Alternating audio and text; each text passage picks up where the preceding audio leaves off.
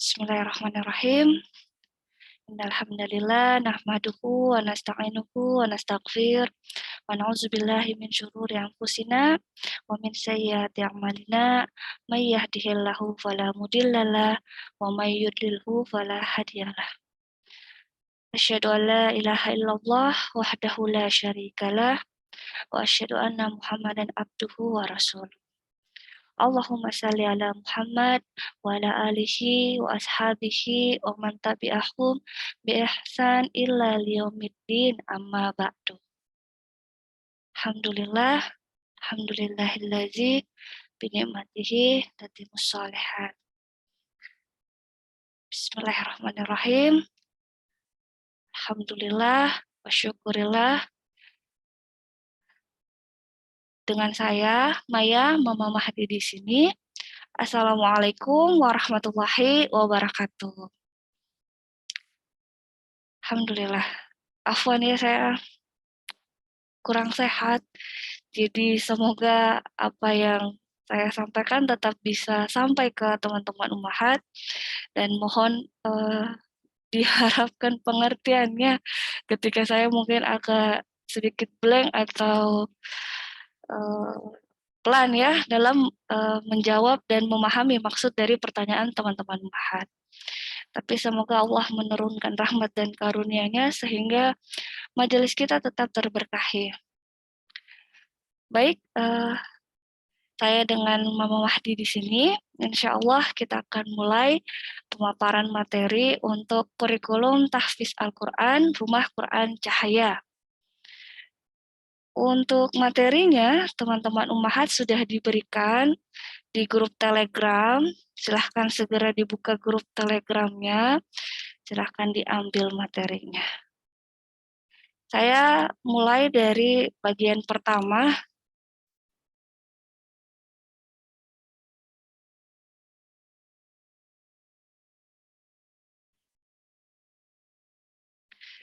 Saya akan mulai dari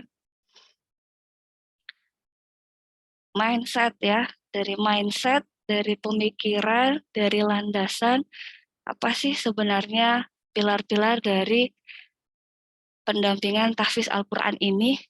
Ya, insya Allah. Saya izin tetap mematikan mikrofon teman-teman Ummahat. Nanti kalau ada yang mau berbicara, baru saya berikan mikrofonnya ya. Biar saya bisa tetap fokus. Saya khawatir ampal nanti. Ya, baik. Saya mulai. Bismillahirrahmanirrahim. Kurikulum tahfiz Al-Quran. Bersama saya, Maya Mama Mahdi. Insya Allah kita akan membahas tentang pembinaan dan perencanaan terhadap anak-anak kita dalam mendampingi mereka untuk tahfiz Al-Quran. Dan inilah materinya.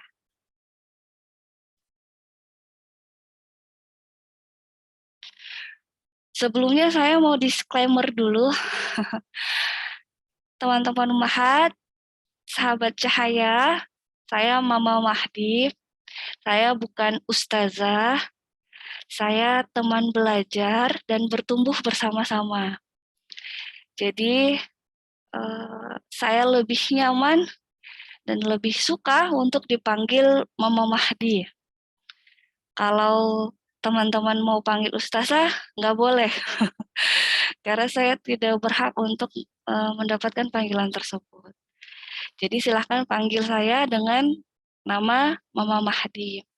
Yang artinya mamanya Mahdi. Mahdi adalah anak pertama saya.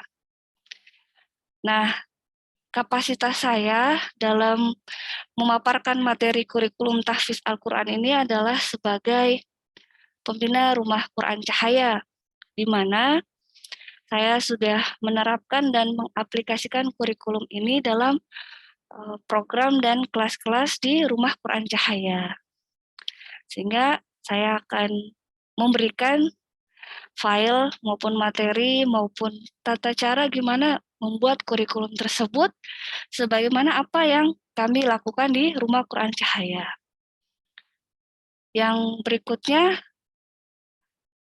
Kapasitas saya sebagai seorang certified professional coach, di mana saya akan membantu teman-teman Ummahat untuk sama-sama berkembang, untuk sama-sama melihat dari titik kebutuhan dan kesesuaian tiap-tiap kita.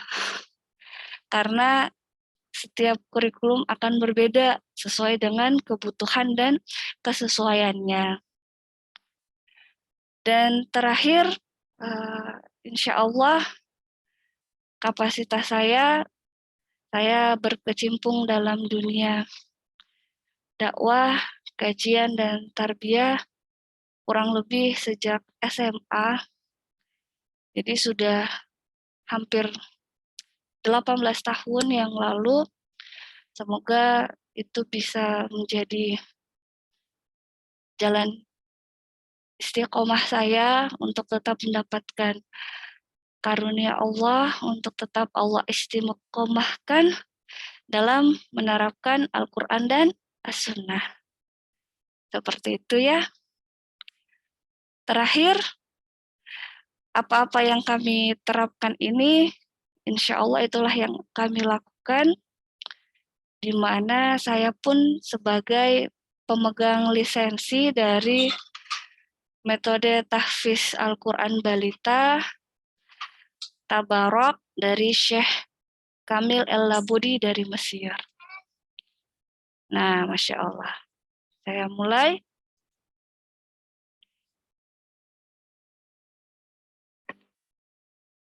Tahfiz Al-Quran. Berbicara tentang tahfiz Al-Quran, apa sih maknanya? Apa sih pilarnya? Saya mencoba meramunya dalam 5 hal. Jadi ada rujukannya, ada referensinya, yang nggak jauh-jauh dari Al-Quran. Kita bisa pakai metode apa saja. Kita boleh ambil variasi pembelajaran apa saja. Tapi yang namanya aturan, yang namanya rujukan, yang namanya referensi, jangan pernah bergeser dari Al-Quran. Makanya di sini ada Quran Surah Al-Jumu'ah ayat 2. Tahfiz Al-Quran, landasannya ada di dalam ayat tersebut. Lanjut lagi. Apa sih pilar yang berikutnya? Namanya tahfiz, menghafal, menjaga, memelihara. Ternyata mindset-nya itu kita tidak harus cepat hafal. Anak-anak kita tidak harus tertarget harus cepat menyelesaikan hafalannya. Jadi harus santai. Ya enggak juga. Jadi harus gimana mau Mahdi? Insya Allah kita bahas juga. Yang berikutnya, orang tua juga harus menghafal. Anak-anak disuruh menghafal, masa orang tuanya tidak? Jadi kalau kita pengen anak kita mau menghafalkan Al-Quran, maka kita juga sebagai orang tua, sebagai guru, sebagai pendidik, punya program hafalan untuk diri kita sendiri. Kemudian ada pilar murojaah seumur hidup. Kalau kita sudah berazam, bertekad buat menghafalkan Al-Quran, maka pekerjaan kita adalah murojaah, mengulang seumur hidup kita. Seumur hidup itu kapan? Selamanya. Jadi nggak ada waktu berhenti, tidak ada waktu selesai, selamanya kita akan terus memurojaah. Berikutnya, bukan agar hafal. Jadi kita menanamkan anak-anak kita Al-Quran, ternyata bukan agar menjadi seorang hafiz-hafizah, bukan agar hafal. Lalu agar apa? Nah, kita lihat.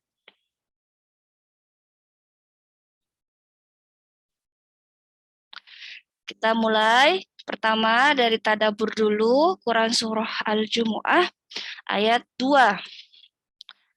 Saya akan mempersilahkan satu orang peserta untuk membacakan ayatnya beserta artinya.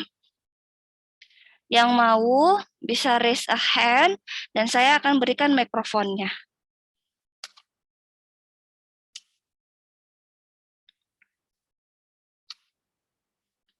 Al-Jumu'ah ayat 2. Al-Jumu'ah Quran surah ke-62. Silahkan untuk Umma Kurnia Lukman, saya persilahkan untuk membacakan ayatnya beserta artinya. Afwan, Ustazah bisa ininya aja enggak? Ayatnya aja enggak? Oh baik, tidak ada terjemahannya ya? Iya. Oh lah bahasa, boleh. Tapi saya bukan ustazah. Silakan Umma. Siap, A'udzu billahi minasyaitonir rajim. هو الذي بعث في الأميين رسولا منهم يتلو عليهم آياته ويزكيهم ويعلمهم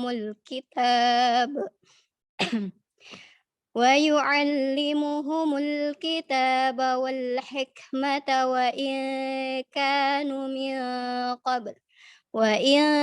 كانوا من قبل لفي ضلال مبين. Masya Allah. Syukran, jazakillah khairan untuk Umma Kurnia. Allahumma arhamna bil Quran. Semoga Allah merahmati kita dengan Al-Quran. Insya Allah. Tadi kita sudah dengarkan ayat Al-Quran surah Al-Jumu'ah ayat 2. Yang artinya, dialah Allah yang mengutus seorang Rasul, mengutus Nabi Muhammad SAW kepada kaum yang buta huruf dari kalangan mereka sendiri. Intinya apa? Allah memahami bahwa ketika dikatakan kaumnya sendiri, berarti yang dibutuhkan adalah orang yang dari situ juga. Jadi memang Allah mengutus Nabi Muhammad SAW sebagai seorang Rasul untuk kaum yang juga sepadan sesuai dengan kondisi dari kaum tersebut. Sama.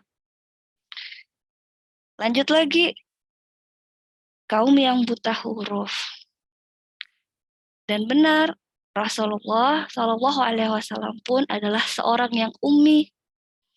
Ummi berarti buta huruf, tidak bisa baca tulis.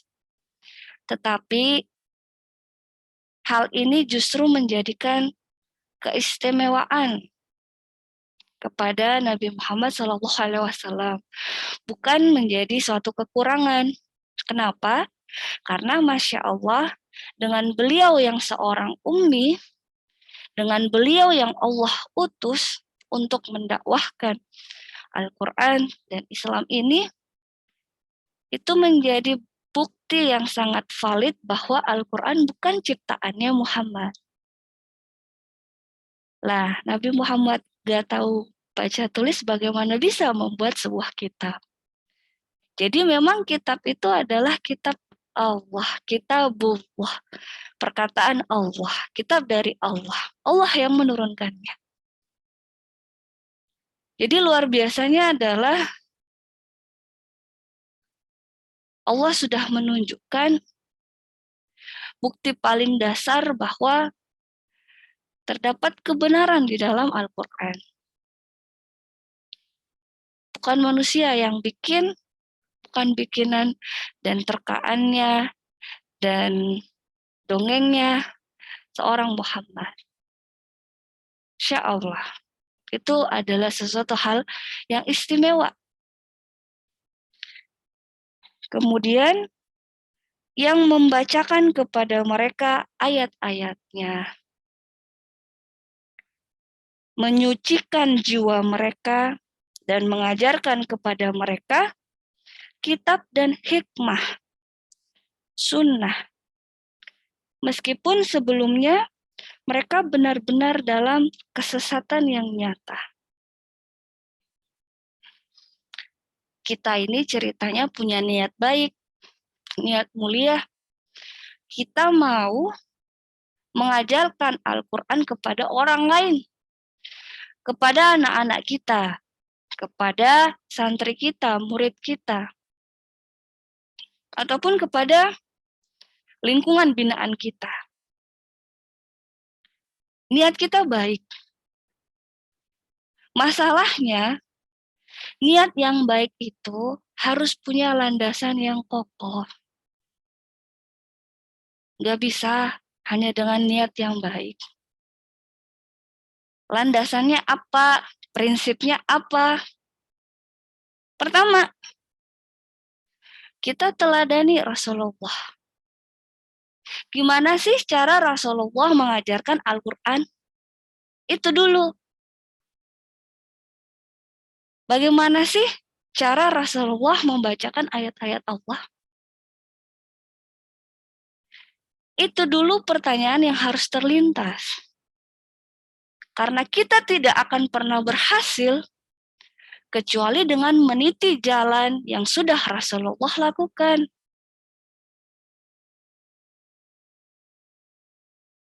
Makanya judul kelas kita di bawah kurikulum Al-Quran itu yang pertama adalah meneladani Rasulullah Shallallahu Alaihi Wasallam. Terus kita lihat sama-sama. Ternyata caranya adalah dengan Masya Allah, Allah memerintahkan langsung malaikat Jibril untuk membacakan wahyu dari Allah, ayat-ayat Allah kepada Rasulullah Shallallahu Alaihi Wasallam. Caranya adalah ketika Rasulullah Shallallahu Alaihi Wasallam membacakan ayat-ayat Allah kepada para istrinya. Caranya adalah ketika Rasulullah Shallallahu Alaihi Wasallam membacakan ayat-ayat Allah kepada para sahabat. Jadi ternyata caranya adalah yang pertama sesuai dengan kandungan ayat Al-Jumu'ah, ayat 2 ini, membacakan kepada mereka ayat-ayat Allah. Itu dulu ternyata. Dibacakan. Ummahat mau punya anak yang berhasil menghafal, orang tua, guru, pendidik mau melihat hafalan itu melekat pada diri anak-anak dan santrinya, maka yang pertama yang harus kita lakukan adalah bacakan. Bacakan ayat-ayat Allah kepada mereka, di depan mereka. Wah, sederhana sekali ya Mama Mahdi. Kalau dilihat sederhana sekali, memang ternyata benar sesederhana itu. Tapi kalau kita lihat landasannya, ini bukan kata saya. Ini langsung Allah yang bilang dalam Quran Surah Al-Jumu'ah ayat 2. Sebagaimana cara Rasulullah Shallallahu Alaihi Wasallam menyampaikan dakwahnya juga. Jadi bukan caranya yang sederhana, tetapi landasannya yang kuat. Ketika kita pegang, kita dapat suatu strategi yang sangat powerful. Mama Mahdi, saya jadi penasaran. Ternyata selama ini anak saya kesulitan menghafal karena saya jarang membacakan ayat-ayat Al-Quran di depannya. Lah iya benar, ternyata itu dulu. Gimana ya Mama Mahdi? Anak saya lari. Jadi sayanya juga tidak berkenan dan tidak bersuka hati untuk membacakan. Coba kita lihat ayatnya. Kepada kaum yang buta huruf. Jadi memang di dalam karakter kaum tersebut, ya kita ini, di dalam kondisi-kondisi kita belum tahu betapa pentingnya hal tersebut.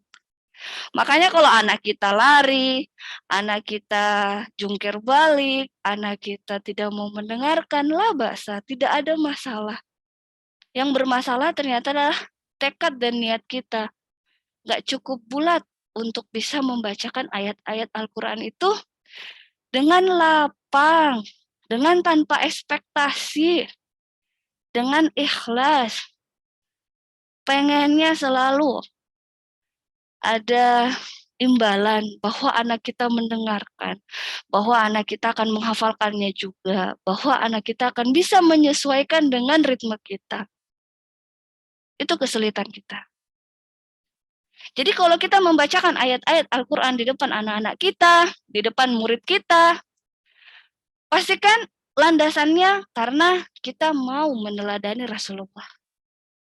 Kita mau mengambil langkah pertama gimana cara menghafalkan Al-Quran ini kepada anak-anak kita, yaitu membacakannya.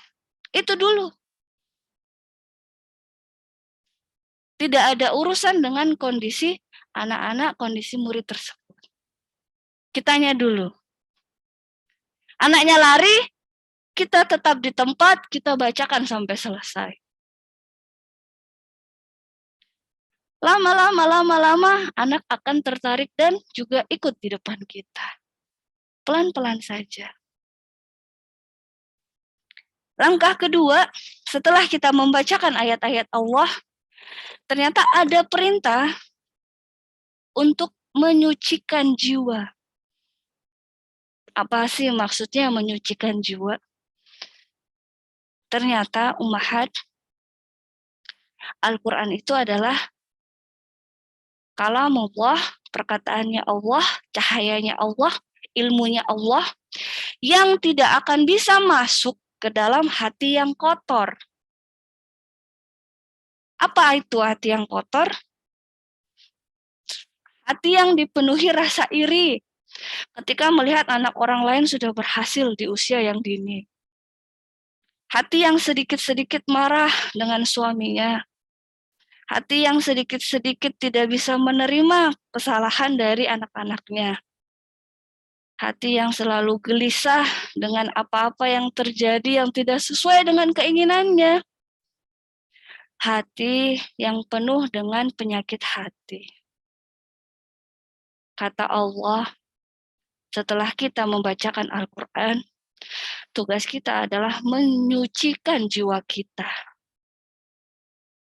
Nggak ada gunanya kita baca Quran, tapi kita nggak berusaha untuk menghilangkan akhlak buruk kita. Dan ternyata runutannya seperti itu. Nggak serta-merta bisa kita baca Al-Quran, langsung tiba-tiba kita jadi bisa ikhlas menerima bahwa anak kita masih terbata-bata. Nggak serta-merta. Ternyata kata Allah, menyucikan jiwa mereka, berarti Allah pun menuliskannya dalam satu kalimat, rentetan setelah membacakan Al-Quran, dan itu memiliki makna bahwa ini harus diperjuangkan. Ini harus diusahakan ummahat. Yang namanya penyakit hati itu susah. Kenapa? Kalau penyakit fisik, selalu ada sinyal ke tubuh yang memberitahukan ke syaraf otak kita, dan sehingga kita bisa merasakan sakit dan mengetahui kalau kita sakit. Tapi yang namanya penyakit hati, susah terdeteksi. Apalagi bagi kita yang merasa baik-baik saja dan tidak punya penyakit hati, tapi ternyata subhanallah banyak sekali akhlak buruk kita. Diusahakan, menyucikan. Disucikan susah ya, mau mandi susah banget. Mungkin sama seperti murojaah, ini akan berlangsung seumur hidup. Jatuh bangun. Tapi insya Allah, dengan pertolongan Allah, bisa pelan-pelan saja, sedikit-sedikit saja. Caranya juga dengan melihat ke diri sendiri. Apa sih kalau ada kejadian, ada sesuatu, langsung nilai hatinya. Niatnya apa? Apa saya pengen pamer ke teman-teman umahat kalau anak saya sudah selesai hafalannya sekian juz? Apa saya mau pamer bahwa saya bisa mendampingi anak-anak saya dan sebagainya? Apa ternyata saya ini orangnya pameran ya? Ada penyakit hati ria yang saya tidak sadari. Itu bisa jadi.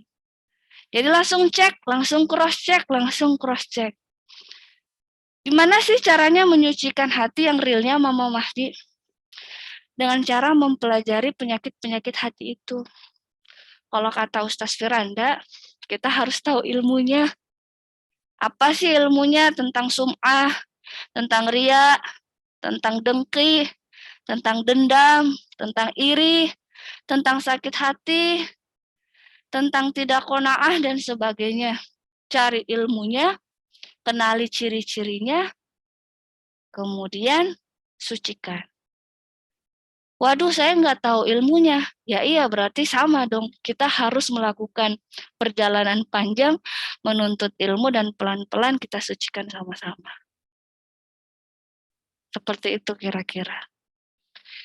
Lalu apa efek ke anak-anak kita, ke santri, ke murid? Kalau kita Masya Allah membacakan ayat-ayat Al-Quran, kemudian kita juga menyucikan hati kita, mereka akan mendapatkan hikmah yang luar biasa. Bukan hanya mendapati kita dengan akhlak yang baik, tetapi akhlak yang baik itu juga insya Allah menular.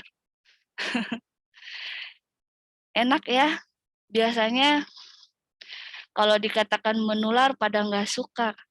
Misalkan penyakit menular, tapi ternyata ada yang menular yang baik. Itulah yang namanya keteladanan awal. Kalau kita bisa ikhlas menjalani sesuatu, ternyata anak-anak kita melihat dan menyerap itu dan juga bisa ikhlas. Insya Allah. Nah, lanjut. Jadi yang pertama udah ya, kita teladani Rasulullah, kita lihat seperti apa bentuk dakwah Rasulullah. Lalu lanjut, kedua, kita bacakan ayat-ayatnya. Allah langsung loh, pakai mulut kita. Meski kita terbata-bata, meski kita masih salah-salah, usaha dulu. Kemudian sucikan jiwa kita. Waduh, hati saya sangat kotor, susah. Bahkan saya merasa hidup saya sangat sempit. Sucikan.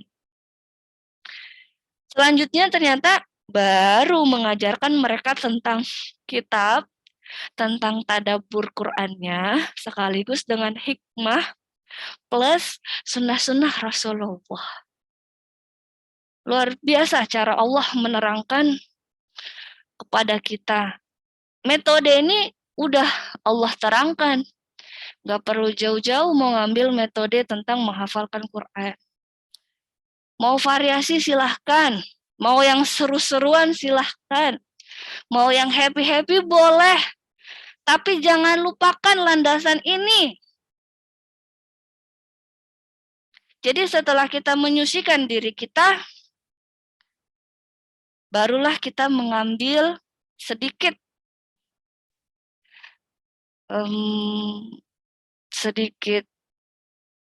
pemaparan ya, penjelasan agar anak-anak kita bisa lebih paham tentang kandungan makna dari Al-Quran. Ternyata seperti itu, Masya Allah. Jadi diajarkan tadabbur Qurannya. Mama Madi gimana? Saya nggak bisa tadabbur Quran. Saya nggak tahu tafsirnya. Nggak masalah. Bacakan saja artinya. Jadi dalam suatu masa ketika alhamdulillah anak-anak kita sudah intens menghafalkan Al-Quran, sudah punya jiwa bahwa Al-Quran adalah kebutuhannya, disitulah pelan-pelan kita masukkan cara agar anak kita bisa lebih melekat lagi dengan Quran, yaitu dengan memberikan keutamaan-keutamaan, apa pentingnya, asbabun nuzulnya, hikmahnya dari Al-Quran itu sendiri. Ternyata Allah bilang enggak cuma Al-Quran, kitab, dan sunnah. Sunnah-sunnahnya juga Rasulullah. Adab-adab, kemudian hadis, Masya Allah. Dari sini kita tahu bahwa tahapan pendidikan itu ternyata menghafal dulu, baru memahami. Gak harus paham dulu. Masya Allah, Allah yang mengajarkan kita. Jadikan ini sebagai prinsip dalam membersamai anak menghafal Quran. Nah, itu yang pertama. Lanjut. Yang kedua, gak harus cepat hafal. Saya kesel, Mama Mahdi, saya jengkel. Anak saya sudah berkali-kali stuck. Masa nambahnya cuma sampai ayat 10 nggak nambah-nambah hafalannya. Loh memangnya kenapa? Kalau dia nggak nambah-nambah memangnya kenapa? Ya kan di situ-situ aja targetnya. Ayatnya di situ-situ aja. Nggak worth it. Ini sudut pandang yang salah. Jika anak lambat menghafal, ambil kata kunci ini. Itu berarti Allah Maha Baik. Gimana ceritanya anaknya kita lambat, kita bilangnya Allah Maha Baik. Lihat dari sisi ini. Karena Allah Subhanahu wa Ta'ala sedang memberikan anak kita lebih banyak waktu, lebih banyak proses dalam membersamai Al-Quran. Beda dengan orang-orang yang cepat hafal. 2-3 kali dilihat udah cepat hafal, selesai. Wah kayaknya mudah ya prosesnya. Wah hebat banget, Masya Allah. Wah kok bisa, Masya Allah. Tapi anak kita yang lambat, kita nggak melihat itu sebagai sebuah kebaikan. Padahal disitulah momen Allah menghendaki kebaikan pada diri anak kita. Anak kita lambat, ulang terus, di ayat itu terus. Dan ternyata disitulah momen di mana anak kita belajar untuk bersabar. Kita juga belajar untuk menikmati target yang belum tercapai-capai. Karena ternyata yang kita inginkan adalah kebersamaan dengan Quran dan pahala yang berlimpah dari Allah. Gak ada masalah kalau anaknya belum hafal-hafal. Tidak harus cepat hafal. Berusahalah menghafal meski tidak hafal-hafal. Ini rumus. Ummahat, berusahalah menghafal meskipun kita tidak hafal-hafal. Iya, hafalkanlah meskipun sulit, lama, dan susah payah. Bagaimanapun ya, balik lagi bahwa hafalan itu bukan usaha kita loh. Ayo, siapa di sini yang masih bilang hafalan itu karena kita berusaha menghafal? Enggak. Ketika hafalan itu bisa masuk ke dalam memori kita, ke dalam pikiran kita, itu juga merupakan karunia dari Allah. Bukan hasil kerja keras kita. Jadi kalau Allah menghendaki, anak kita akan hafalannya akan selesai. Kalau nggak menghendaki ya paling di situ-situ terus Allah karuniakan hafalan itulah bahasa. Antara anak kita yang cepat sekali hafalannya selesai targetnya dengan anak kita yang masih di situ-situ saja, insya Allah ada keberkahan dari Allah. Jadi benar-benar ambil kata kunci ini, Allah Maha Baik di setiap urusan hafalan anak-anak kita, hafalan kita. Ya, bismillah. Masuk lagi, ini yang kedua. Yang ketiga, orang tua juga harusnya ikut menghafal. Waduh, Mama Mahdi, saya tidak bisa menghafal. Saya sibuk. Masalahnya gini, namanya anak-anak itu, mereka nggak bisa menjadi sosok, menjadi pribadi yang dia nggak pernah lihat.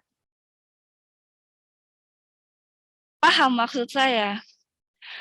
Ketika kita menginginkan anak kita menjadi seorang hafiz, seorang yang menjaga Al-Quran, seorang yang memelihara akhlaknya dengan nilai-nilai Al-Quran, maka anak ini harus melihat bahwa orang tuanya juga berproses menuju ke sana. Anak nggak bisa loh menjadi seorang hafizah kalau orang tuanya juga nggak bersemangat untuk menjadikan dirinya. Anak nggak bisa. Jadi harus ada setitik niat. Mama di saya benar-benar susah menghafal Al-Quran. Baik, saya terima. Mulai sekarang ayo kita niatkan. Didoa-doakan. Kenapa sih kita selalu berusaha agar anak kita bisa menjadi seorang hafiz, tapi diri kita sendiri kita tidak mengusahakan. Padahal anak kita melihat kepada diri kita. Gimana Mama Mahdi, saya punya suami yang belum ikut parenting, belum turun tangan juga dalam pengasuhan anak-anak, belum ngajak anak ke masjid juga, nggak ngajarin Quran juga, nggak ada urusan dengan suami ya. Kondisi suami. Yang saya tanyakan kondisi kita. Niat kita, azam kita dulu, diri kita sendiri dulu. Mau nggak? Mau, tapi kalau gitu pelan-pelan insya Allah. Pelan-pelan dari diri sendiri, mulai dari niat dulu aja. Dibulatin pelan-pelan. Kenapa?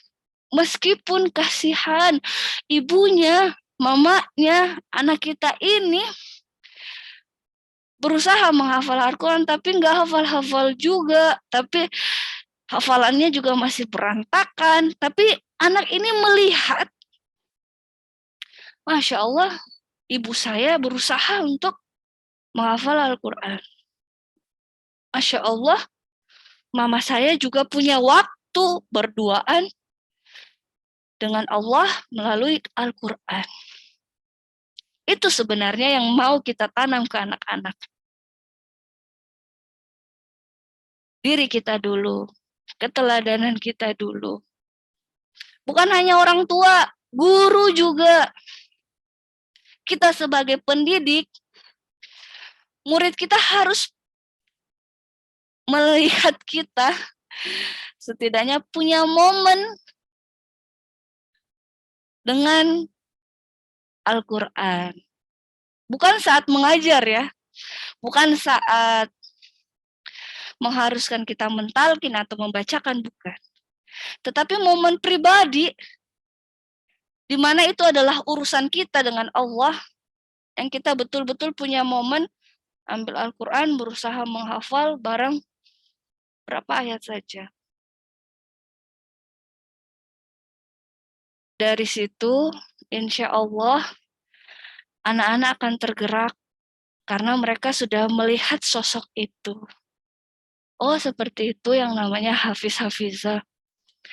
Hafizah itu nggak harus 30 juz ummahat. Nggak harus selesai 30 juz satu Al-Quran baru dikatakan hafiz, baru dikatakan hafizah. Nggak harus. Dalam proses kesana pun insya Allah memberkahi dan melihat usaha-usaha kita.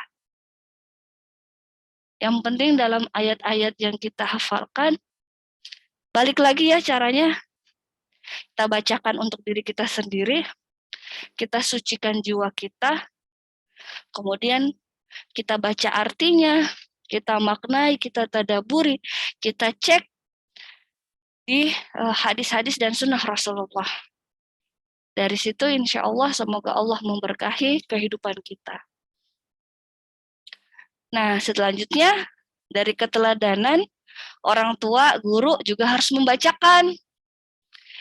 Jika kita saja malas untuk meluangkan waktu, maka jangan pernah berharap anak bisa suka dan melakukannya. Kalau kitanya saja malas buat buka Quran, buat baca Quran, nggak ada ceritanya anak akan suka. Selain membacakan, diputarkan murotal ya. Jadi ada standar minimal.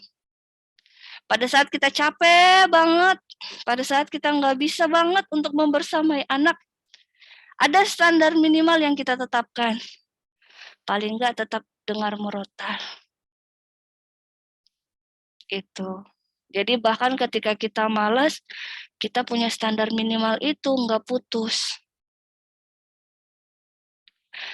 Lalu kuncinya adalah didampingi. Mama dia anak saya nggak mau menghafal Quran. Loh emang gimana caranya? Saya suruh baca dan setoran. Ternyata nggak bisa kayak gitu. Kita harus dampingi dulu. Wah gimana Mama Mahdi? Saya harus masak, saya harus cuci, saya harus menyapu. Saya juga kerja. Ya kalau gitu nggak ada harapan. Nggak bisa. Kita benar-benar harus meluangkan waktu. Korbankan diri untuk mendampingi prosesnya. Kenapa? Karena anak baru bisa mandiri, baru bisa memutuskan, baru bisa tangguh jika kita dampingi, kita berikan kesempatan belajar, kita kasih tahu untuk membuat keputusan sendiri. Kita kasih kesempatan. Jadi bukan hanya dengan perintah. Nah, buka Al-Qur'annya. Nah, baca Iqra-nya.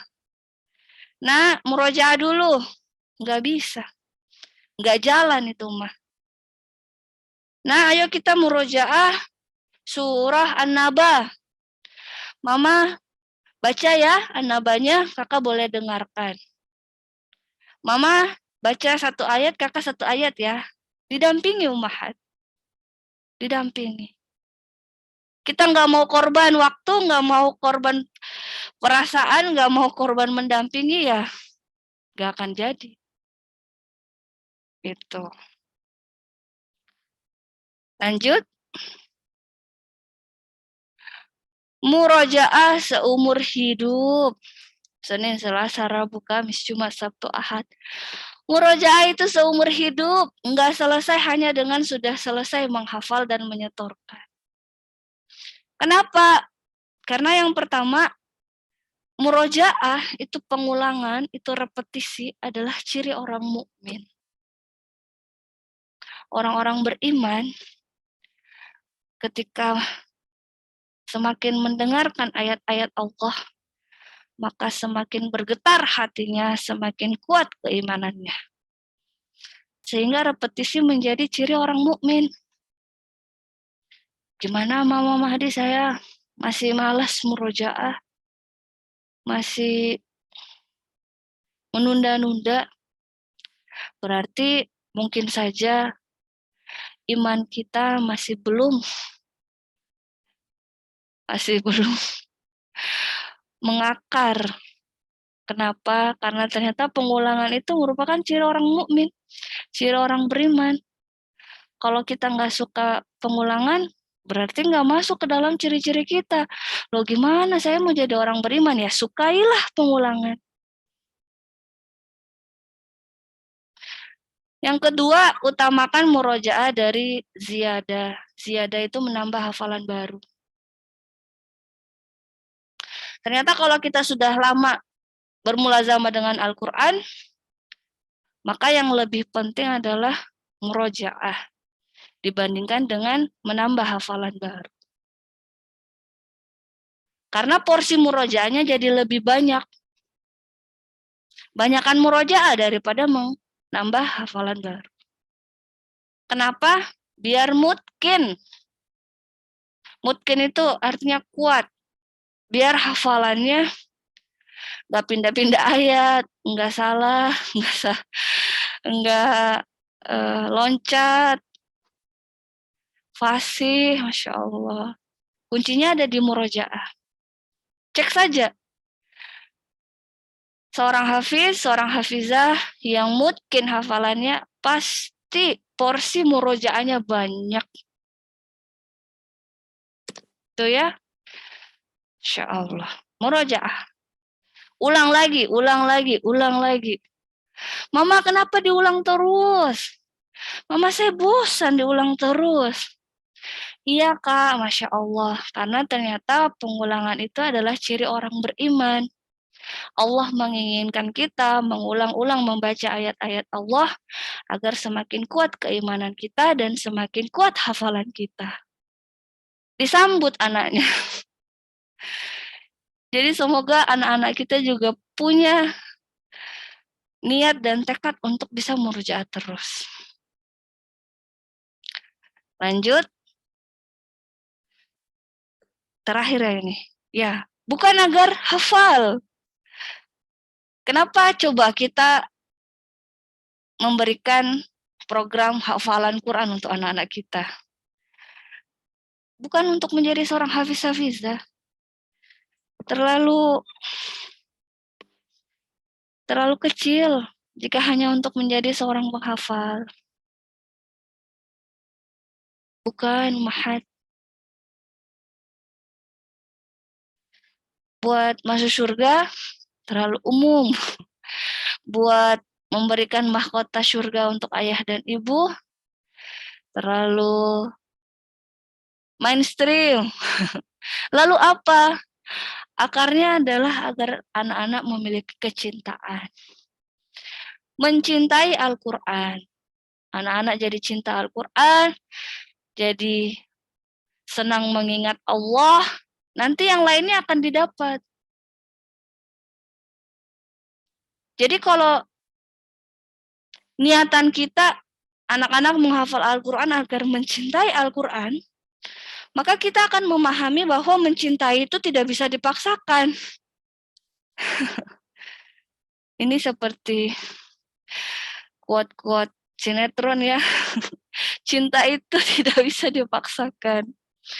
Yang namanya mencintai itu adalah sesuatu yang tulus, yang keluar, yang memang berasal dari hati, Masya Allah. Sehingga ternyata itulah yang menjadi akar dari hafalan anak-anak kita. Loh berarti Mama Mahdi kalau anak kita mau mencintai Al-Quran, nggak bisa dipaksa dong. Benar, jangan dipaksa. Trauma nanti.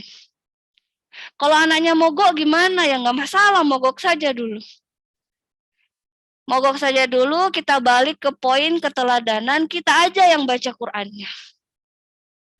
Kita aja yang putar murotalnya dan dengarkan. Anaknya nggak perlu. Karena yang kita mau tumbuhkan adalah cinta. Bukan label hafiz, bukan label hafizah. Kalau kita mau disuruh mencintai, kita aja nih ya. Pasti mau diperlakukan dengan lembut, diberitahukan kelebihan-kelebihannya, dimengerti perasaannya. Masya Allah. Jadi benar-benar anak-anak menghafal Al-Quran itu untuk mencintai Al-Quran. Kalau udah cinta, Maka setiap hari momennya adalah mengingat Allah, Masya Allah. Kita mengingat Allah setiap hari, kita jadi mencintai Allah, kita jadi melaksanakan perintah Allah, menjauhi perintah Allah, Allah ridho sama kita, kita dapat surga. Di surga kita memberikan mahkota kebanggaan ya, Masya Allah, dan jubah kebanggaan kepada kedua orang tua kita. Masya Allah. Jadi benar-benar dapat semuanya. Jadi pastikan anak-anak mencintai Al-Quran. Baik, Alhamdulillah itu materinya.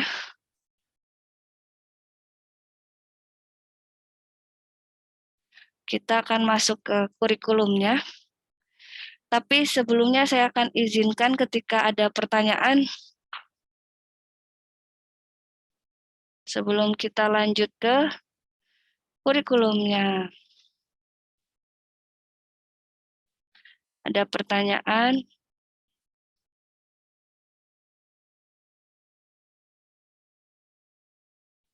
Silahkan Umalina.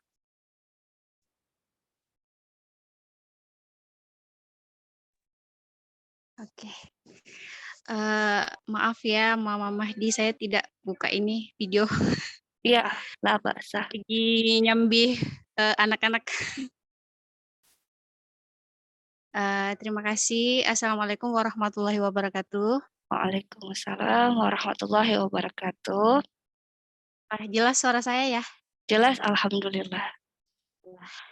Insya Allah. Nama lengkap saya Darsina. Saya ibu dari 3 anak balita. Boleh cerita sedikit, Mama Mahdi? Boleh, silakan. Masya Allah. Saya merasa apa ya, Rumah Quran Cahaya betul-betul menjadi solusi buat saya karena saya buka lembaga apa ya, Kalistung di bulan Juli. Iya Juli. Namanya Kids Academy. Itu insya Allah membawahi banyak program anak-anak. Afirmasinya di situ cuman yang jalan baru Kalistung, dan kenapa pada saat tengah jalan tiba ada apa namanya, pelatihannya yang review prabahasa ya? Oh, ya. Kemarin. Ya, Saya tidak sempat mengikuti kelasnya, cuman saya nonton videonya. Ada benang merah yang saya dapat dari situ, pondasi baca tulis ya Mama. Betul. Surat Al-A'la. Iya. Dan pondasi itu yang sekarang saya gunakan untuk kalau ada orang tua yang mau gabung itu sebagai pagar penyelarasan visi misi sebelum masuk ke lembaga kita. Jadi Insya Allah saya merinding. Makasih Mama Mahdi. Jadi orang tua yang mau gabung di lembaga itu harus wajib bertemu dengan saya. Jadi kita sepahamkan dulu apa sih pondasinya ini, apa sih tujuan kita mengajarkan anak-anak membaca dan menulis ya. Masya Allah. Dan luar biasanya Mama Mahdi, ada 2 yang mendaftar. Pertama kan saya belum dapat materi ini. Ada 2 anak yang mendaftar setelah saya dapat materi ini. Kemudian kita penyelarasan visi sama orang tua, dan alhamdulillah mungkin orang tua itu dapat benang merahnya juga dari surat itu. Itu luar biasa berkahnya. Cepat sekali anaknya paham. Masya Allah. Hanya dalam bimbingan 2 minggu. Kalau di buku baca kita itu kayak jilid 1 sampai jilid 10, dia sudah bisa sampai jilid 9. Masya Allah, cepat sekali ya Allah. Saya maksudnya apa ya, percayanya, keyakinannya di situ. Saya bilang sama ibunya, yakin terhadap ayat ini, maka ayat ini yang maksudnya kalaupun si anak ini tidak paham apa itu mencintai, yang seperti Mama Mahdi bilang gitu ya. Kalaupun anak ini tidak paham apa maksudnya mencintai Allah, mungkin dia belum paham karena masih kecil. Kita saja dulu yang paham. Saya fasilitator dan ibu. Insya dan Allah. dan insya Allah kepahaman kita yang akan mengirimkan berkahnya untuk kemudahan pembelajaran Ananda. Betul? Masya Allah.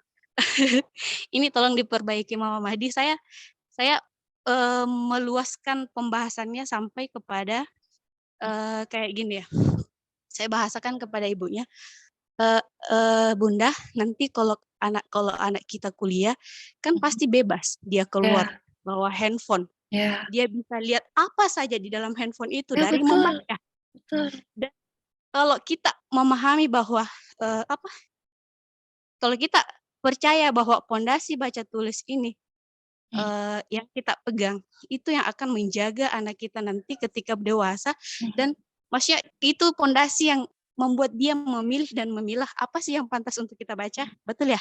Sahih, betul, Nah, Maina. Insya Masya Allah, Allah. dapat saya di situ, Masya Allah. Insya Allah. Sudah Iya, betul. ya Allah Akbar. Dan luar biasanya lagi, saya merasa Allah sayang sekali sama saya karena diperkenalkan sama Rumah Quran Cahaya. Bulan depan, insya Allah kita buka Rumah Quran juga, Mama Mahdi yang membawahi anak balita. Masya Allah. Kenapa kebetulan sekali ada lagi Heeh. ini, Insya apa sih namanya? Allah. Kurikulum tahfiz. Ya. Dan kebetulan saya ikuti pelatihannya kemarin, cuma pelatihan apa namanya, manajemen lembaga Al-Quran itu dia membahas tentang kriteria guru, Insya kriteria Allah. belajar, tapi tidak dibahas secara rinci tentang apa namanya ini, kurikulumnya. Kurikulumnya.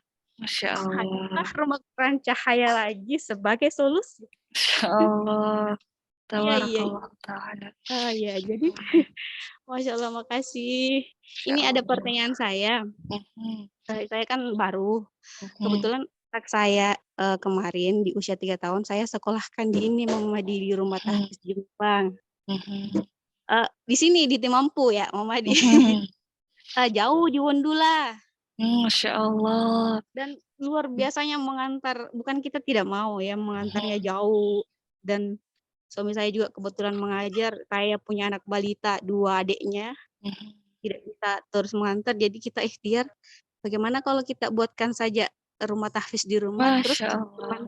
teman-teman di sekitar di Timampu bisa belajar sama dia, anak Ya balita. betul. Iya. Kemarin kita rencana mau kasih berhenti di rumah tahfiz Gemilang, sayang sekali karena dia sudah berada di lingkungan anak-anak yang mencintai Al-Quran. Kalau kita kasih berhenti, sayang juga di Timampu tidak ada lembaga seperti itu. Ya kita ikhtiar buka, tapi saya belum punya banyak referensi bagaimana sih mendampingi anak balita, jadi mohon pencerahannya di sini. Baik, Masya Tentang yang Allah. iya, bisa diterapkan ya yang tadi kayak bacakan dulu ayatnya. Kan di minggu-minggu pertama lah Mama di bagaimana itu ya solusinya. Karena anak balita kan luar biasa aktif. Nah, kalau balita, ini yang akan saya jelaskan Umaina, kita akan masuk ke kurikulumnya. Oh iya, oke. Oke Mama Mahdi, Insya itu saja dulu. Allah. Terima kasih. Afwan, barakallahu fikum Umaina. Semoga Allah memuliakan Umaina sekeluarga. Insya Amin ya Allah. Allah. Oke, terima kasih. Assalamualaikum warahmatullahi wabarakatuh. Waalaikumsalam warahmatullahi wabarakatuh. Insya Allah. Jadi gimana sebenarnya bentuk pendampingannya? Nah, kalau begitu kita nggak perlu lama-lama, kita masuk ke kurikulumnya. Teman-teman Ummahat ini akan buat kurikulum sendiri loh ya. Kurikulum setahun, 1 tahun ajaran, 12 bulan. Jadi untuk kurikulumnya itu sendiri, kita mulai dari anak-anak usia 2 tahun, 3 tahun. Di modul ini, teman-teman sudah bisa mendapatkan dari Telegram ya, sudah ada drive yang saya bagikan. Nah, sudah ada jadwalnya juga, saya tuliskan ulang. Nah, lalu gimana kurikulumnya? Baik. Ternyata untuk anak-anak yang baru lahir itu, yang dekat dengan kelahirannya jadi usia 2 tahun, 3 tahun, 4 tahun, ya Masya Allah, itu belajar melalui indera. Indera yang Allah berikan sebagai alat untuk memahami pengetahuan di sekitar dan lingkungannya. Ada 2 indera, ada pendengaran, telinga, dan ada penglihatan, mata. Jadi kita memberikan acuan, mengajarkan Al-Quran kepada anak-anak kita dengan mengoptimalisasikan fungsi pendengaran dan penglihatan. Caranya adalah dengan ditalkin. Kalau kita talkin, kita bacakan hadap satu persatu, itu anak-anak mendengarkan suara kita dan melihat gerakan bibir kita. Jadi anak-anak mendengarkan apa yang kita bacakan dan melihat bibir kita, bentuk bibir kita. Jadi guru sama orang tua bisa melakukannya dengan cara tersebut. Adapun rekomendasi dari metode Tabarak menggunakan fasilitas multimedia. Jadi diputarkan murotal, diputarkan video ayat-ayat Al-Quran. Aslinya adalah videonya Syekh Kamil direkam yang sementara membacakan ayat Al-Quran.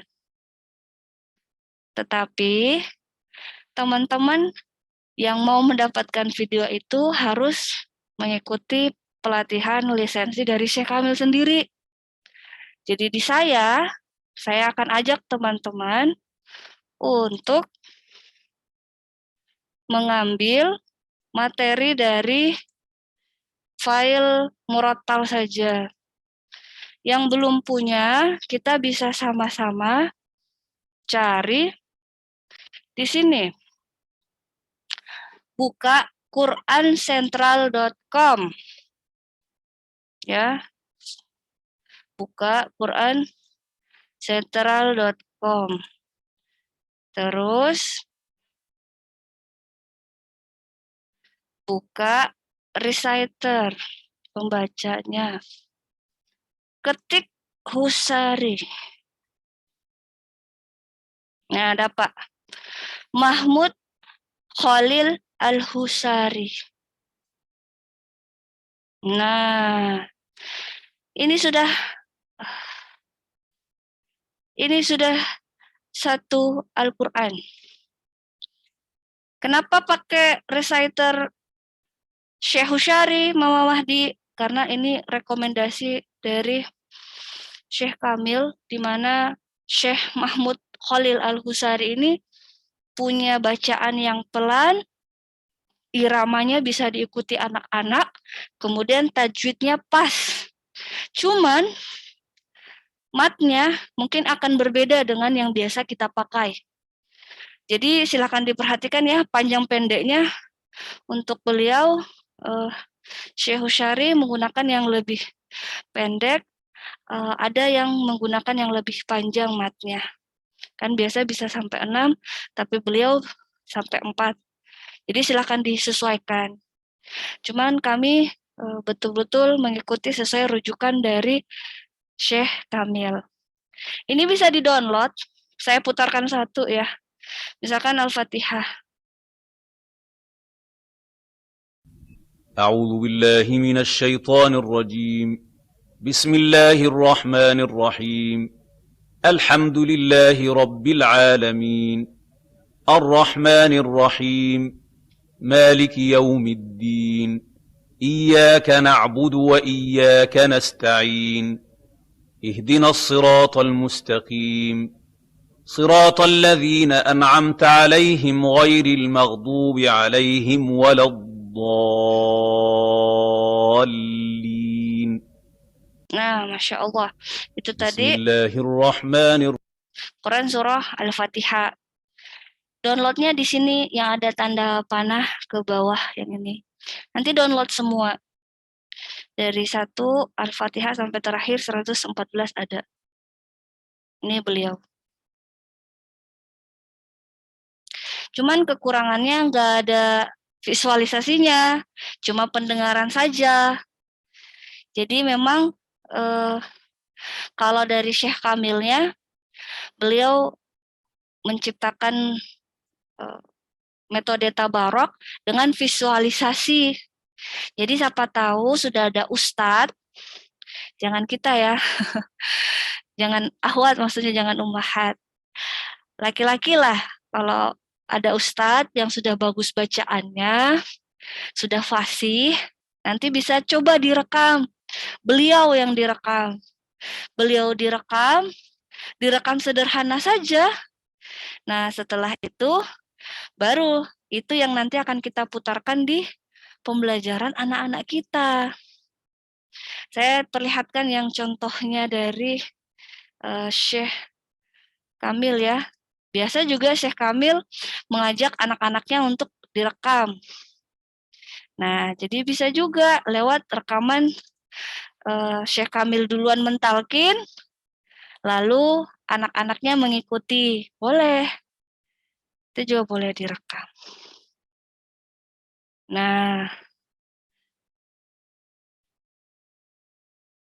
sebentar saya carikan satu saja ya, contoh dari Syekh Kamilnya.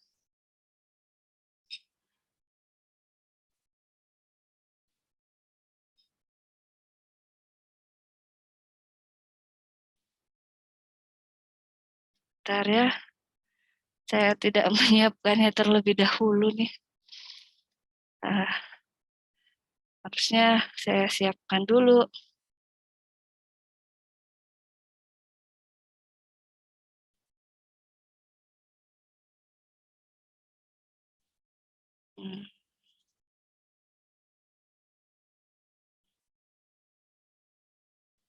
Nah, udah ada.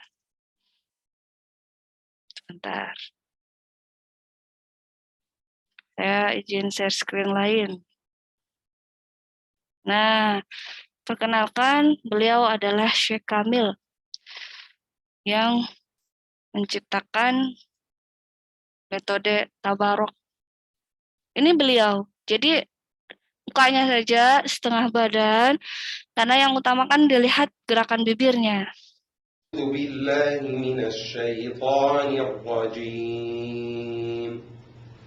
Bismillahirrahmanirrahim. Alhamdulillahi Rabbil Alamin. Ar-Rahmanir-Rahim. Maliki Yawmiddin. Iyyaka na'budu wa iyyaka nasta'in. Ihdinas siratal mustaqim. Siratal ladzina an'amta 'alaihim ghairil maghdubi 'alaihim waladdallin.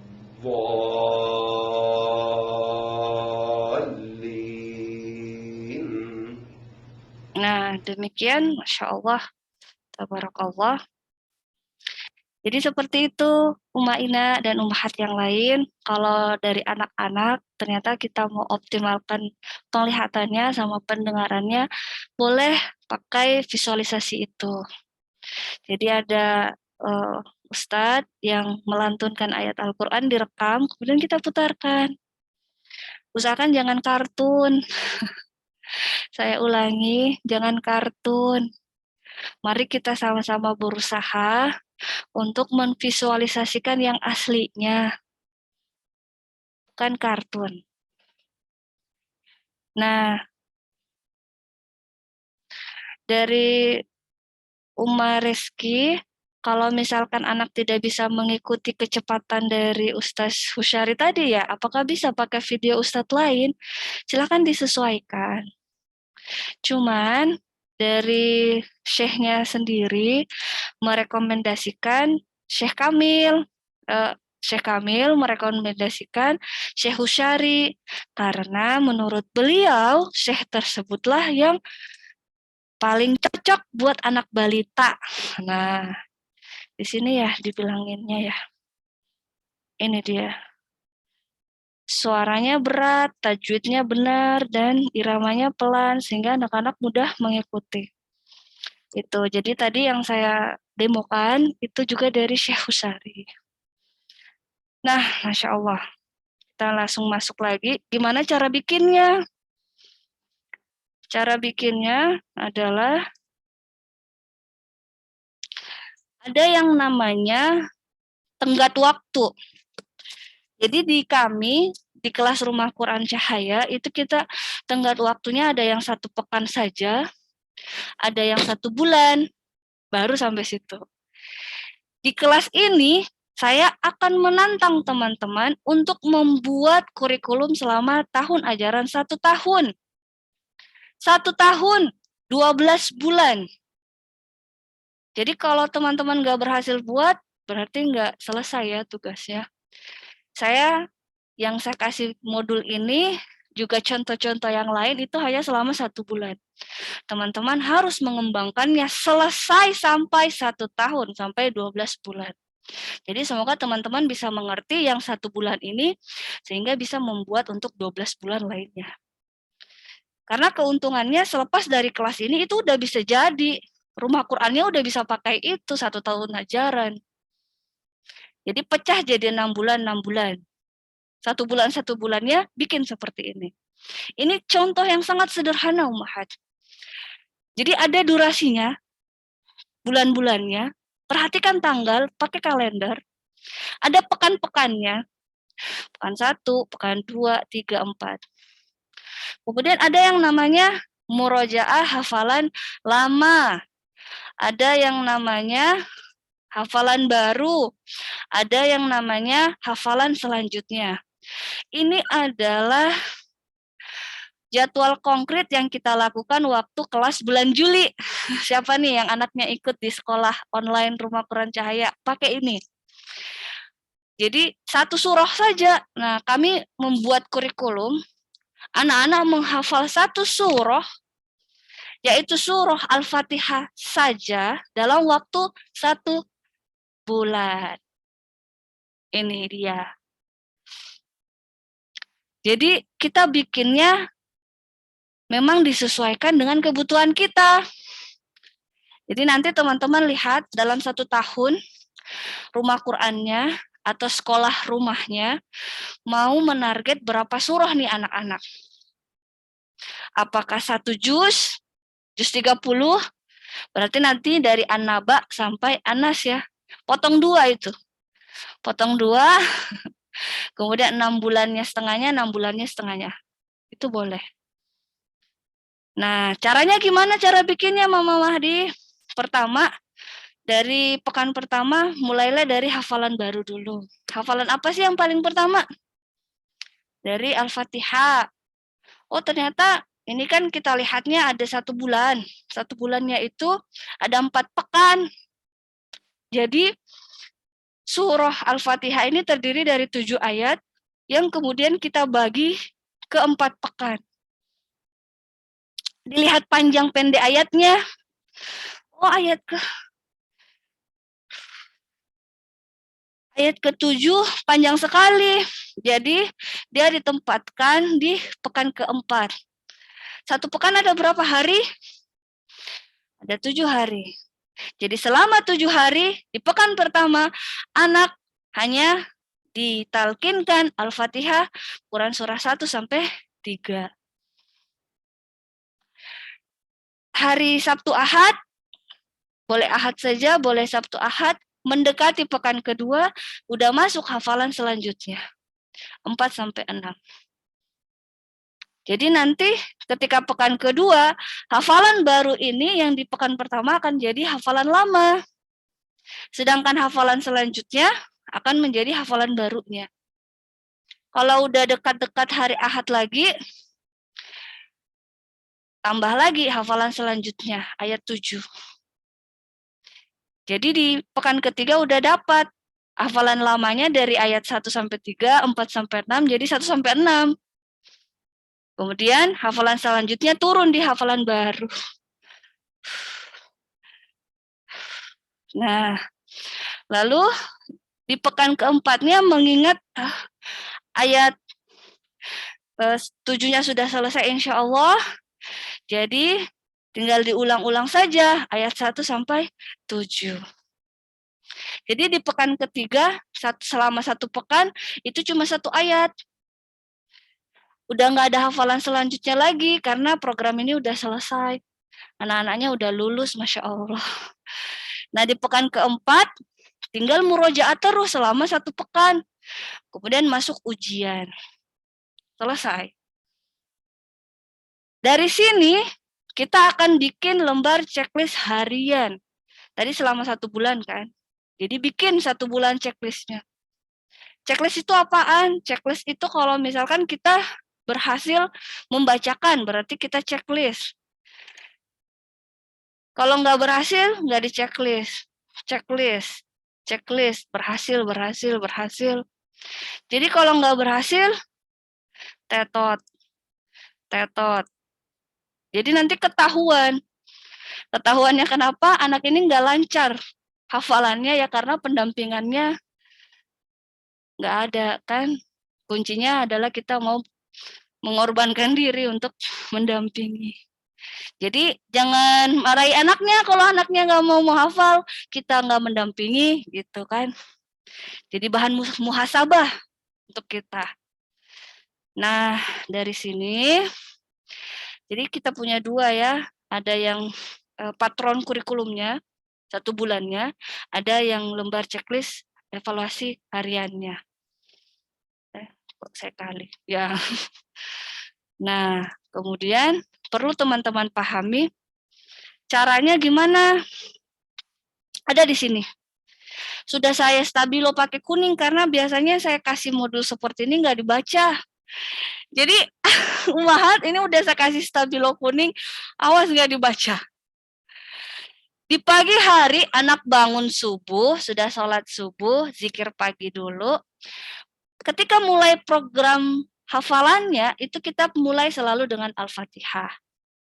Kita dengarkan sebanyak 3 kali.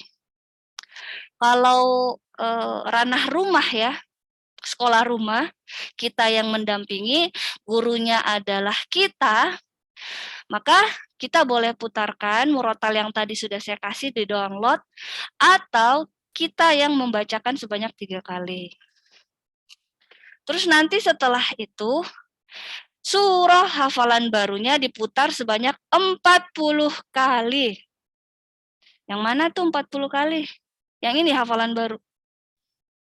Hafalan baru Al-Fatihah 1-3 diputarkan 40 kali. Makanya kan direkomendasikan untuk menggunakan file multimedia, karena file multimedia itu bisa diulang-ulang. Kalau mulut kita mungkin terbatas, cuma sampai berapa kali. Jadi misalkan kita cuma 10 kali nih, 30 kalinya boleh pakai multimedia. Tapi harus minimal 40 kali. Hafalan lama 3 kali. Apa itu hafalan lama? Yang ini, yang sudah masuk di pekan-pekan berikutnya, hafalan baru yang kemarin dijadikan hafalan lama. Jadi nggak hilang Ummahat.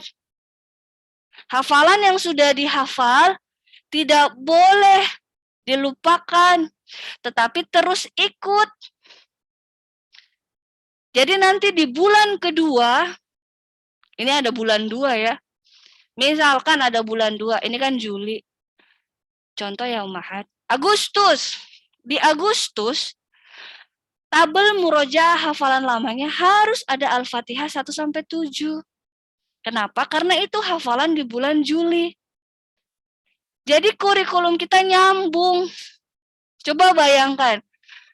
Kalau udah lama programnya berarti murojaahnya tambah banyak. Ya benar. Kalau murojaahnya tambah banyak berarti programnya sudah bagus. Karena ingat, pilarnya murojaah lebih utama daripada menambah hafalan. Plus murojaah punya porsi lebih banyak. Jadi jangan lupakan ini. Yang sudah dihafal di bulan ketiga, salah. Kalau masuk bulan 3, berarti hafalan lamanya adalah hafalan di bulan 1 dan di bulan 2. Bisa dipahami? Itu diputarkan 3 kali. Lalu hafalan selanjutnya, hafalan baru ini, diputarkan 10 kali. 10 kali. Kenapa ada angka-angka ini, Mama Mahdi? Sejujurnya ini adalah angka-angka rujukan dari Syekh Kamil. Semakin banyak tentu semakin baik. Dan sebenarnya ini hanyalah angka yang diterapkan di sekolah. Harus plus lagi 20 kali untuk murojaah di rumah itu. Tapi kita coba saja dengan angka standar minimal ini. Ya. Andaikan bentukannya adalah sekolah seperti Umma Inna tadi punya rumah Quran, maka di sekolahnya standarnya seperti ini. Tapi di rumah minta orang tua tetap putarkan lagi sebanyak 20 kali untuk khusus hafalan barunya saja.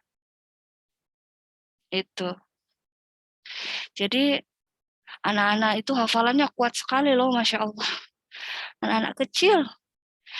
Anaknya Syekh Kamil sendiri usia 5 tahun sudah selesai satu Quran. Masya Allah, tabarakallah. Karena banyak murojaah, banyak mendengarkan, kemudian fokus, Masya Allah.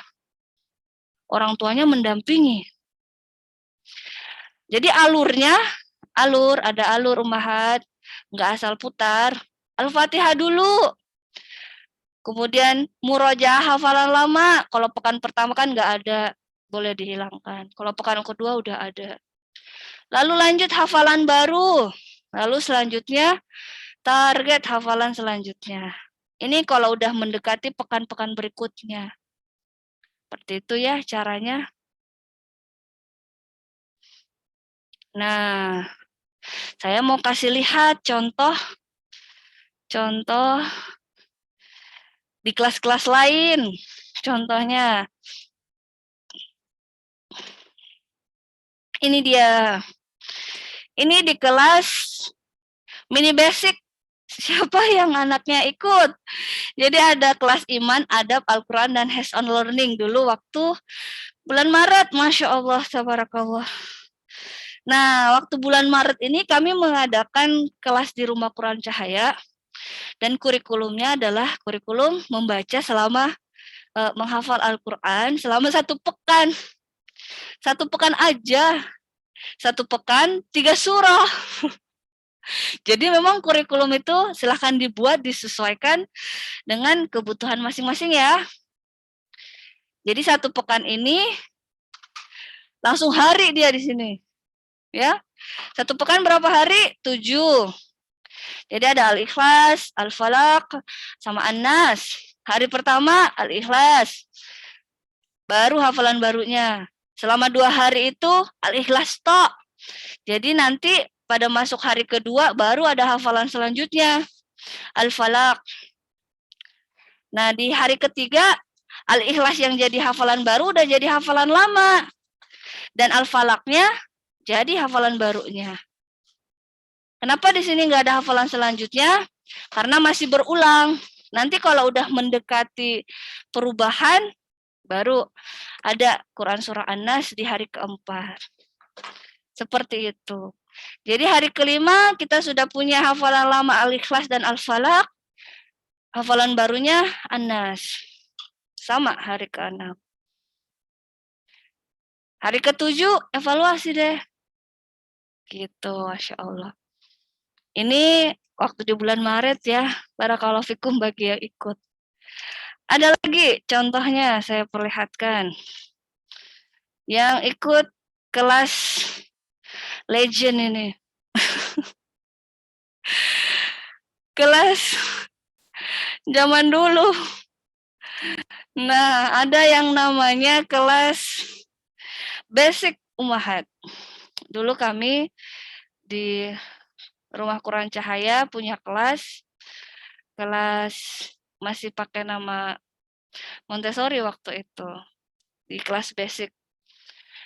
Kita ambil 4 pekan, 1 bulan. Untuk surah apa saja? 6 surah.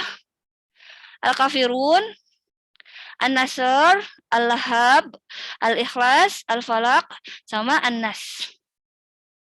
Oh beda ya, yang tadi 1 pekan 3 surah. Tapi ada yang 1 bulan 1 surah Muhammadi. Ini 1 bulan 6 surah. Ya memang, silahkan disesuaikan dengan kebutuhan yang kita mau buat kurikulumnya.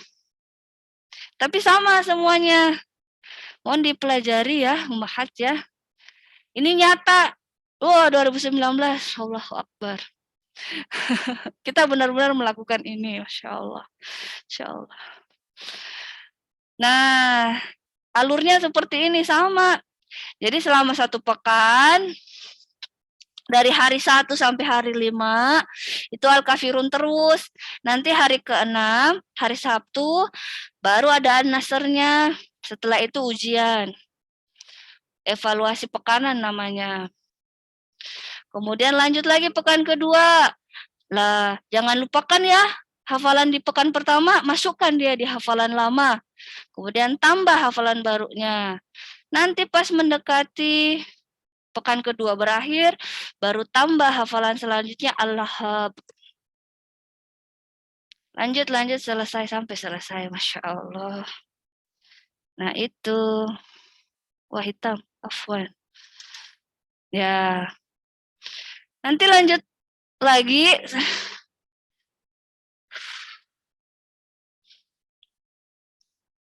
Nah ini dia. Lanjut lagi sampai selesai.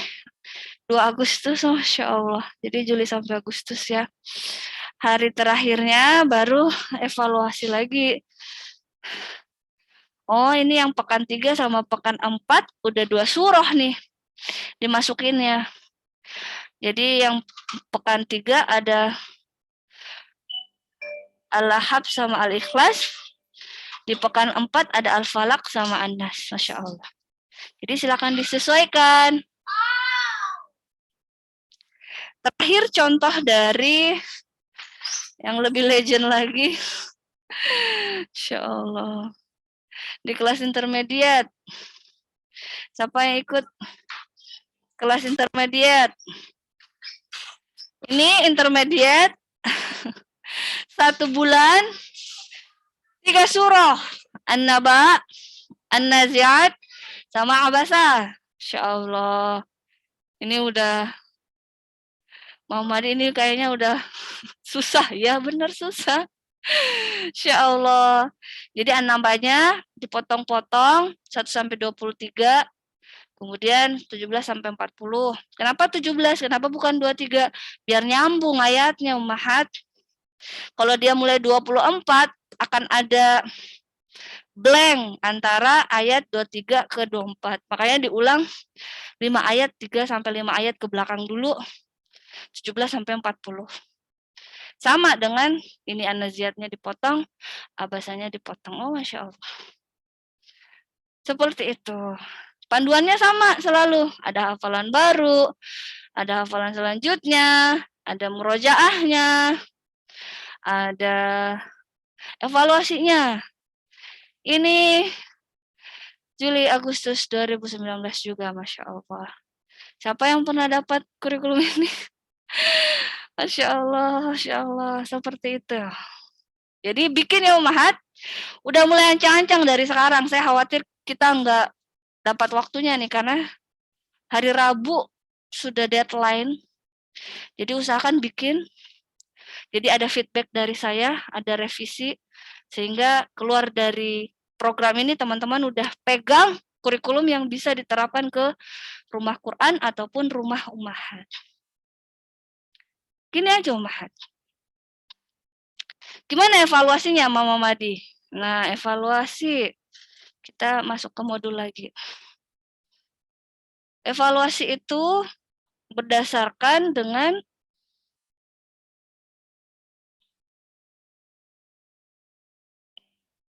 proses. Evaluasi itu berdasarkan proses. Ada yang namanya teladan, ada namanya talqin, ada tahfiz, ada tafhim, ada ta'dib. Ada catatan observasi, ada tugas dukungan, ada catatan refleksi. Kalau kita sebagai lembaga, maka kita yang bikin ini. Kalau kita sebagai sekolah, kita yang bikin, kemudian diberikan kepada orang tua. Tapi kalau digunakan untuk sekolah rumah, maka orang tuanya yang bikin. Khusus untuk yang penilaian tahfiz saja, baru ada catatan perbaikan yang lebih detail. Misalkan belum lancar di ayat mana, tulis ayatnya yang di sini. Kalau udah lancar, checklistin semua. Pilih tahfiznya, hafalannya anak kita itu apa? Dhaif, lemah, masih banyak salah, atau jayyid, kesalahannya cuma 1 atau 2, atau mumtaz. Mumtaz itu nggak ada kesalahan. Kemudian perhatikan makhrajnya yang mana yang perlu diperbaiki, huruf apa, matnya, panjang pendeknya yang mana yang masih salah, silahkan diperhatikan. Seperti itu ya. Ini waktu sekolah online, Masya Allah, jadi bersama guru kami yang membuat laporan ini untuk dibagikan kepada anak-anaknya. Insya Allah. Jadi ada setiap hari Jumat, Masya Allah, evaluasinya. Nah, seperti itu, Masya Allah. Bagaimana? Seperti itu ya. Mungkin masih mengawang-awang lah bahasa, tidak masalah. Dilihat-lihat saja dulu. Dibaca-baca saja dulu sambil tangan kita tetap ngedraft. Usahakan langsung bikin tabel, langsung lihat mau ayat apa selama 1 tahun anak saya. Nggak muluk-muluk, silahkan disesuaikan. Ya, Insya Allah. Ada pertanyaan? Dari Uma Rismawati. Ada yang ingin ditanyakan? Bismillahirrahmanirrahim. Assalamualaikum warahmatullahi wabarakatuh. Waalaikumsalam warahmatullahi wabarakatuh. Kue nak, boleh ambil. Begini Mama Mahdi, saya Sendok. Ya. sebenarnya bukan sih guru mengaji, bukan, cuman sekarang kan lagi di Manado, kebetulan lagi di asrama. Ya. Sebagian anak-anak di sini kan ada yang Muslim juga. Nah, ya, mungkin sebagian orang tua merasa istilahnya kesulitan untuk mengaji, maksudnya mencari tempat mengaji untuk anak-anaknya. Salah satu orang tua mempercayakan untuk mengajarkan Al-Quran kepada anak mereka. Nah, tadinya cuman satu anak, terus kemudian berdua karena mereka bersaudara. Nah, lama-lama lama-lama saling mengajak teman-temannya. Oh, Masya Allah, jadi tambah banyak santrinya. Iya, alhamdulillah. Tapi saya kesulitan karena ada salah satu anak qadarullah. Ya. Sebenarnya bukan si bisu atau apa Mama Mahdi, cuman katanya dulu waktu umur berapa tahun dia kejatuhan lemari. Terus mungkin kena otaknya. Di bagian telinga. Oh, pendengarannya. Iya. Kalau waktu dia masih di Makassar, katanya itu terapi, hanya belum selesai terapinya, qadarullah dia orang tuanya pindah tugas ke Manado bersamaan dengan itu suami saya. Ya. Tapi beberapa hari waktu awalnya Bismillah saja itu sulit untuk dia. Lama-lama dia sudah bisa. Iya bisa, meskipun cara menyebutnya itu kan kadang hurufnya ada yang tidak sesuai. Cuman saya tahu dia itu maksudnya ke situ. Oh, Masya Allah. Yeah. Nah, cuman kadang sudah berapa hari ini saya selipkan memang untuk hafalan Al-Quran sama teman-temannya. Cuman ya begitulah, dia sedikit kesulitan karena kan kasihan dia tidak begitu ini pendengarannya. Ya, betul. Yang jadi pertanyaan saya, bagaimana ya cara untuk istilahnya bisa juga mengajarkan kepada dia istilahnya kayak ini surah-surah pendek begitu. Insya Allah. Risma, kebetulan di sini kita punya ahlinya. Ada terapis namanya Ayu, beliau terapis pendengaran. Nanti bisa coba ngobrol, karena yang seperti itu berarti butuh ahli untuk membantu sensorisnya anak-anak kita. Itu. Iya. Karena nggak bisa hanya dengan kita saja. Iya. Itu. Jadi nanti boleh minta tolong ya sama yang dengar ini, nanti ke Ayu bisa di tag di grup, nanti bisa ngobrol apa sebaiknya yang kita lakukan untuk mengintervensi hal tersebut sehingga bisa menjadi lebih baik. Oh iya. Tapi saya senang sekali dengan pengalamannya, karena Risma yakin bahwa ayat-ayat Allah Al-Quran adalah obat.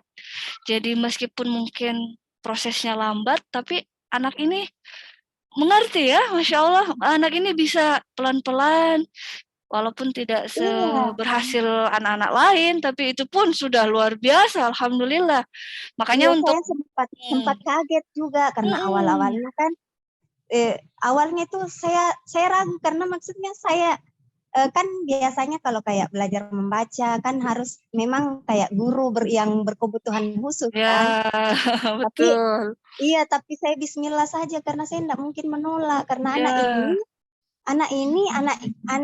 anaknya sendiri yang minta untuk ke sini, karena mungkin dia lihat temannya mengaji ke sini, karena awalnya katanya mengaji di masjid, cuman karena dia dapat ejekan dia sudah tidak mau. Qadarullah. Iya. Pada saat dia lihat teman-temannya mengaji ke sini dan mungkin sudah agak banyak juga kan rame, terus dia minta sama mamanya, bilang apa mau mengaji ke sini.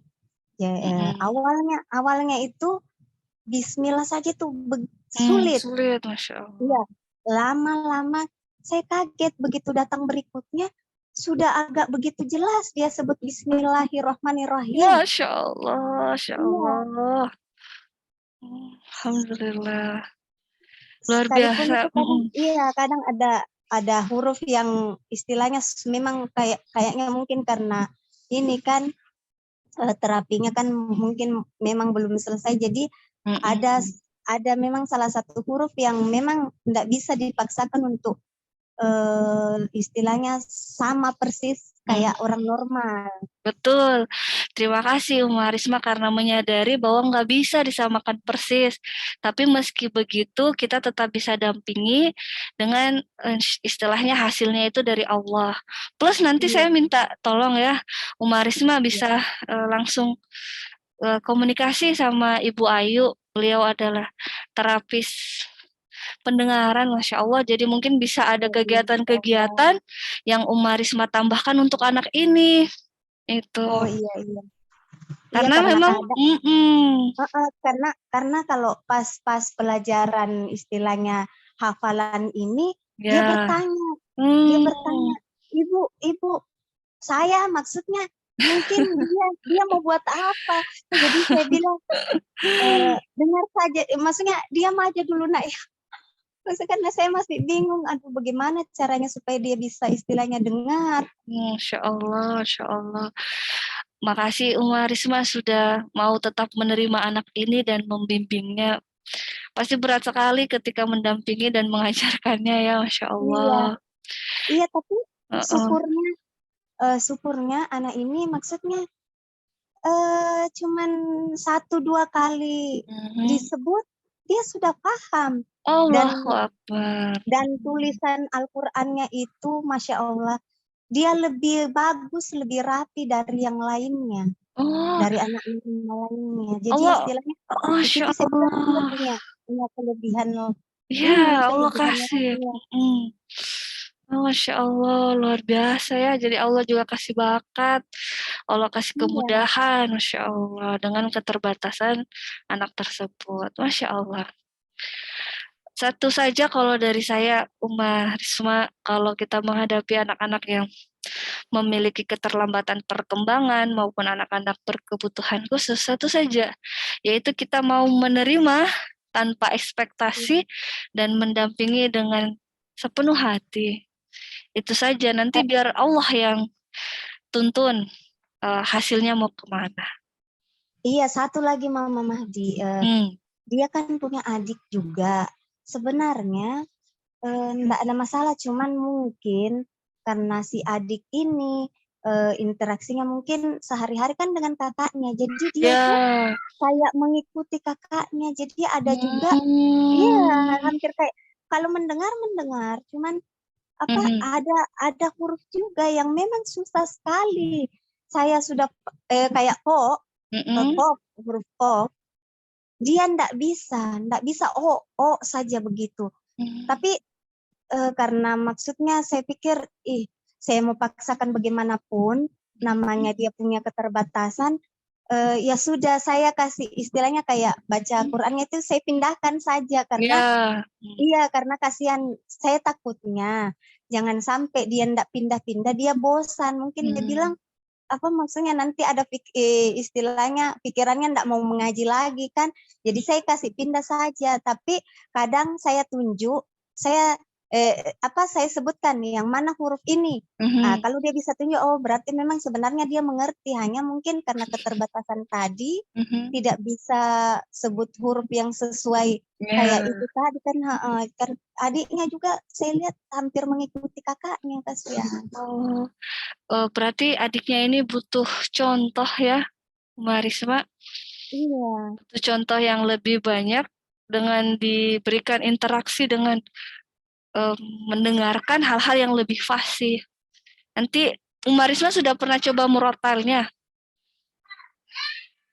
Murotal, iya sekali-sekali kadang kalau ini kan, kalau itu isi adik tadi kan sebenarnya bisa mendengar, cuman nggak tahu mungkin karena sedari kecil sehari-hari dengan kakaknya, jadi hampir mengikuti. Ada huruf yang memang biar dipaksakan bagaimanapun tetap dia nggak bisa. Sulit ya, betul, Insya Allah. Berarti memang perlu diinfokan, bicara dari heart to heart, dari hati ke hati kepada orang tuanya, untuk memberikan stimulasi bicara dan indera pendengaran ke adiknya. Iya. Karena jangan sampai orang tuanya justru abai, bisa jadi kayak anak ini bisa jadi nggak distimulasi, padahal yang seperti itu kan butuh dukungan dari orang tua dan lingkungan. Iya, karena kadang tadinya kan pendiam juga toh yang adiknya ini, tapi lama-lama saya kan kadang bilang kasih keras suaranya, baru ini kalau kayak huruf-huruf lain dia lancar, cuman ada beberapa huruf yang memang mungkin karena kendalanya di lidah atau apa ya. Ada memang yang huruf kayak ko, go, enggak bisa, susah. Subhanallah. Iya. Makanya saya bilang, aduh, saya masih cari cara, kira-kira maksudnya saya ingin dia seperti yang lainnya, karena saya tahu sebenarnya bukan istilahnya, bukan sejak lahir. Insya Allah. Kalau orang tua yang bisa menyiapkan budget, nanti minta tolong untuk dibelikan speaker Quran. Khusus untuk adiknya, nanti ada waktu-waktu tertentu yang diputarkan. Jadinya adiknya mendengarkan dari speaker Quran tersebut selama di rumah. Oh iya Mama Mahdi, kan begini, kan berapa hari memang dari awal saya mengajar mereka, saya berikan motivasi bagi yang hafal dan sudah ada satu orang yang Masya tidak Allah. dapat itu.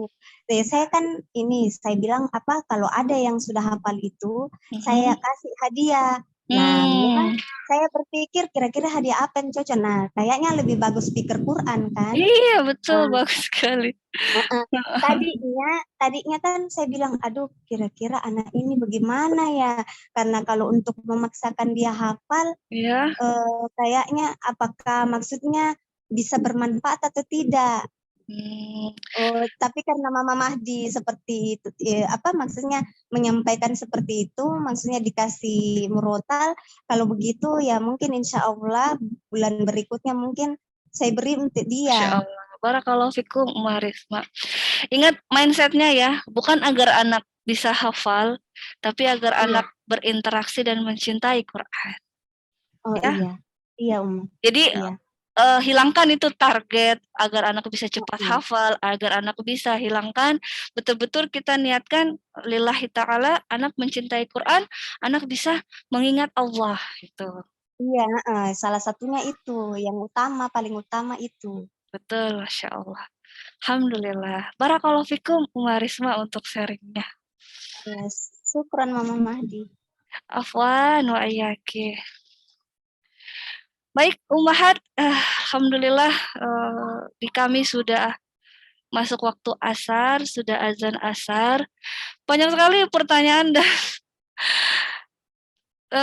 raise hand yang tidak bisa saya penuhi. Saya mohon diampunkan kepada Allah Subhanahu wa taala. Insya Allah kita masih punya grup Telegram. Silahkan menuliskan pertanyaannya di sana. Insya Allah kita juga masih punya waktu untuk diskusi di Telegram dan diskusi di Zoom lagi hari Ahad, insya Allah. Saya minta maaf atas segala kekurangan hari ini. Saya mohon diampunkan kepada Allah Subhanahu wa taala atas hal-hal yang kurang berkenan.